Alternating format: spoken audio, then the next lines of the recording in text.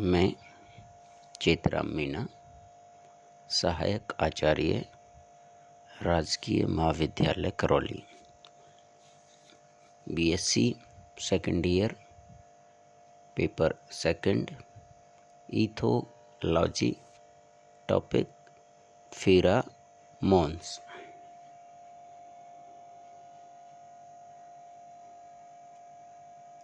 Pheromone का introduction. प्रत्येक जंतु अपने संप्रेषण के लिए कोई ना कोई तरीका इस्तेमाल करता है।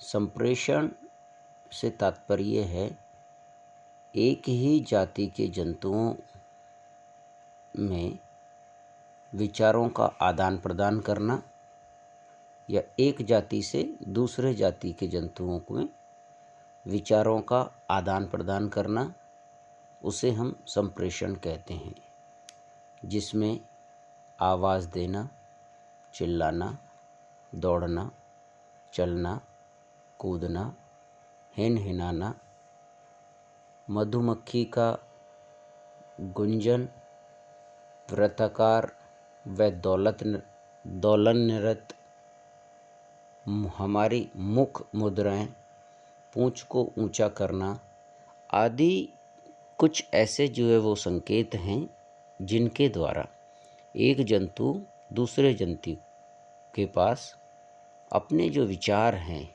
उनको प्रेषित करता है, उसे हम संप्रेषण कहते हैं। सन 1944 में हेडिंगर ने संप्रेषण के लिए गंध रसायन का उल्लेख किया, जिसे फेरोमोन नाम दिया गया। फेरोमोन ग्रीक भाषा का शब्द है जो दो शब्दों से मिलकर बना हुआ है। फेरेटिन मीन्स ले जाना, हार्मोन मीन्स उत्तेजित करना। तो एक जंतु से दूसरे जंतु तक सूचनाओं को ले जाने का कार्य फेरोमोन्स के द्वारा किया जाता है। जंतुओं द्वारा स्रावित ऐसे रासायनिक पदार्थ जो अपनी ही जाति के अन्य सदस्यों द्वारा ग्रहण किए जाने पर उनके आचरण अथवा परिवर्धन से संबंधित अनेक क्रियाओं का विमोचन करते हैं, फेरोमोन कहलाते हैं। जंतुओं द्वारा स्रावित वे बाह्य स्रावी पदार्थ जो अंतः जातीय उसी जाति के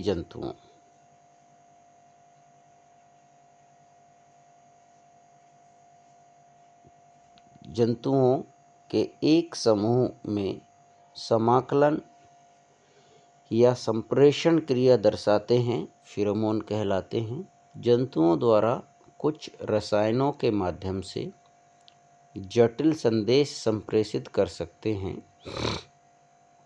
उदाहरण के लिए रास्ता खोजना, दुश्मन को पहचानना, जो एक जाति के सदस्यों के मध्य होता है, ऐसे रसायनों को फेरोमोन कहते हैं।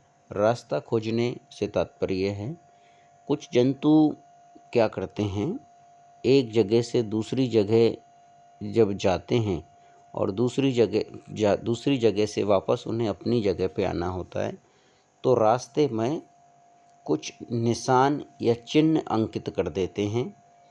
वो यूरिन के द्वारा या मलमूत्र के द्वारा या किसी कठोर सतह से अपने शरीर को रगड़कर या कुछ रासायनिक पदार्थों का उत्सर्जन करते हैं, जिससे वापस उन्हें रास्ता खोजने में परेशानी नहीं आती है। एलिमोन्स वे रासायनिक पदार्थ जो भिन्न जातियों के जंतुओं में संकेतों का संचारण करते हैं, एलिमोन्स कहलाते हैं। फेरोमोन्स की विशेष बात जो है वो हो गई एक ही जाति के जंतुओं में सूचनाओं का आदान प्रदान करने के लिए जो रासायनिक पदार्थ काम में लिया जा रहा है उसे हम फेरोमोन कह रहे हैं। और दूसरा शब्द है एलीमोन। वे रासायनिक पदार्थ जो भिन्न जातियों के जंतुओं में संकेतों का संचरण करते हैं एलीमोन कहलाते हैं। फेरोमोन के सामान्य लक्षण: फेरोमोन कम आणविक भार के प्रोटीन या वसा अम्लों के व्युत्पन्न डेरिवेटिव्स होते हैं। मतलब इनका जो आणविक भार है वो कम होता है। फेरोमोन अधिकतर वानस्पतिक पदार्थ होते हैं जो वातावरण से वाष्पित होकर फैल जाते हैं। मीन्स सूचनाएं प्रेषित करनी है, एक जंतु अपनी उपस्थिति जो है वो प्रदर्शित करना है, तो वो सूचनाएं रासायनिक पदार्थों से होती है जो वाष्पित होती है। मतलब एक वाष्प के रूप में जो है वो उड़ते हैं और एक जगह से दूसरी जगह पे जो है वो वाष्प के रूप में जो है वो जाकर और सूचनाओं का संकेत जंतुओं को आपस में संकेत देने के लिए उपयोगी होते हैं। फेरोमोन्स का अधिक प्रभाव जंतुओं के निकट होने पे व उनकी सांद्रता पर निर्भर करता है। सही भी बात है। फेरोमोन्स की मात्रा जितनी अधिक श्रावित की जाएगी, अधिक सांद्रता से मतलब है उसका प्रतिशत ज़्यादा होना, और जंतु जितना निकट होगा उतना ही फेरोमोन्स का प्रभाव अधिक होता है। छोटी कार्बन श्रृंखला युक्त फेरोमोन जंतुओं में खतरे का संकेत देते हैं। बड़ी कार्बन श्रृंखला युक्त फेरोमोन यौन आकर्षण उत्पन्न करने वाले होते हैं। यौन आकर्षण फेरोमोन्स अधिकतर रात्रि में ही स्रावित होते हैं। फेरोमोन की क्रिया विधि: फेरोमोन्स हैं वो किस तरह से जो है वो जंतुओं में सूचनाओं को संचार करने के लिए, जंतुओं को एक जंतु दूसरे जंतु को संकेत देने के लिए एक जंतु दूसरे जंतु से संप्रेषण करने में किस तरह की क्रियाविधि होती है। घ्राण क्रियाविधि द्वारा या सूंघकर, कीटों व स्तनधारियों द्वारा यौन आकर्षण फेरोमोन्स जंतुओं में सूंघकर प्रभाव उत्पन्न करते हैं। अंतर्ग्रहण द्वारा बाई इन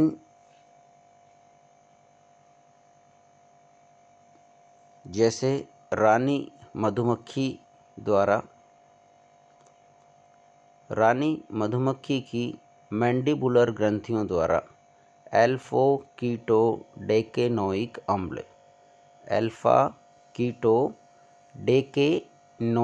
अम्ल को भी श्रमिक द्वारा भोजन के साथ ग्रहण कराते हैं, जिससे अंडाशयों के परिवर्धन की क्रिया संदमित हो जाती है। स्पर्श द्वारा या अवशोषण द्वारा, एब्जॉर्वेशन या कॉन्ट्रैक्ट से नर टिड्डी द्वारा स्रावित फेरोमोन के स्पर्श से निम्फ का परिवर्धन प्रारंभ हो जाता है। मादा मकड़ी द्वारा नर फेरोमोन को अवशोषित करके यौन क्रिया के लिए तैयार होती हैं। स्पर्श और अवशोषण द्वारा मुख्य रूप से टिड्डी और मकड़ियों के अंदर जो है वो संपन्न होता है। फेरोमोन का महत्व: पेस्ट कंट्रोल या नाशक जीवों पर नियंत्रण। कुछ ऐसे जो है वो इंसेक्ट्स होते हैं जो हमारी फसल खराब कर देते हैं, तो उन कीटों के लिए इस तरह के रासायनिक पदार्थों का श्रावण किया जाता है जो उनके शिकारी को वहाँ प्रदर्शित होने या शिकारी की वहाँ उपस्थिति का एहसास कराते हैं। तो शिकारी की उपस्थिति का एहसास होने पर वो जो पेस्ट जंतु है, वो जो नाशक जंतु है जो हमारी फसल को खराब कर रहा है, वो वहाँ से भागने के लिए तत्पर हो जाता है। जंतुओं का रास्ता खोजने के लिए फेरोमोन्स जो है वो कारगर होते हैं। जंतुओं का कायांतरण करने के लिए फेरोमोन्स की आवश्यकता होती है। जंतुओं को लैंगिक व्यवहार करने को प्रेरित करना हार्मोन्स फेरोमोन्स का जो है वो एक लक्षण है। कृत्रिम गर्भाधान में फेरोमोन्स की जो है वो आवश्यकता होती है। जंतुओं से आपस में सुरक्षा करने में फेरोमोन्स की आवश्यकता होती है। एक जाति के जंतुओं की पहचानने में सहायक होती है। इसका उदाहरण हमने देखा होगा, गाय या भैंस का जब हम दूध निकालते हैं और उसके बच्चे को दूध पिलाने के लिए छोड़ा जाता है, तो वो गाय या भैंस द्वारा जो अपने बच्चे को पीछे से सूंघा जाता है, वहाँ वह सूंघ कर अपनी गंध को पहचान कर अपने बच्चे के एहसास को पहचानती है। अपनी कीटों को संप्रेषित करने के लिए अपनी बातों को संप्रेषित करने के लिए लिंग आकर्षण में भी फेरोमोन्स का महत्वपूर्ण योगदान होता है। अर्थात हम कह सकते हैं फेरोमोन्स वे रासायनिक पदार्थ हैं जो एक जंतु से दूसरे जंतु तक अपनी बात को संचार करने के लिए उपयोग में लाए जाते हैं। और फेरोमोन्स के द्वारा जंतु रास्ता खोजने में, संप्रेषण करने में, शिकारी कीट को भगाने में आदि के लिए उपयोगी होता है। धन्यवाद।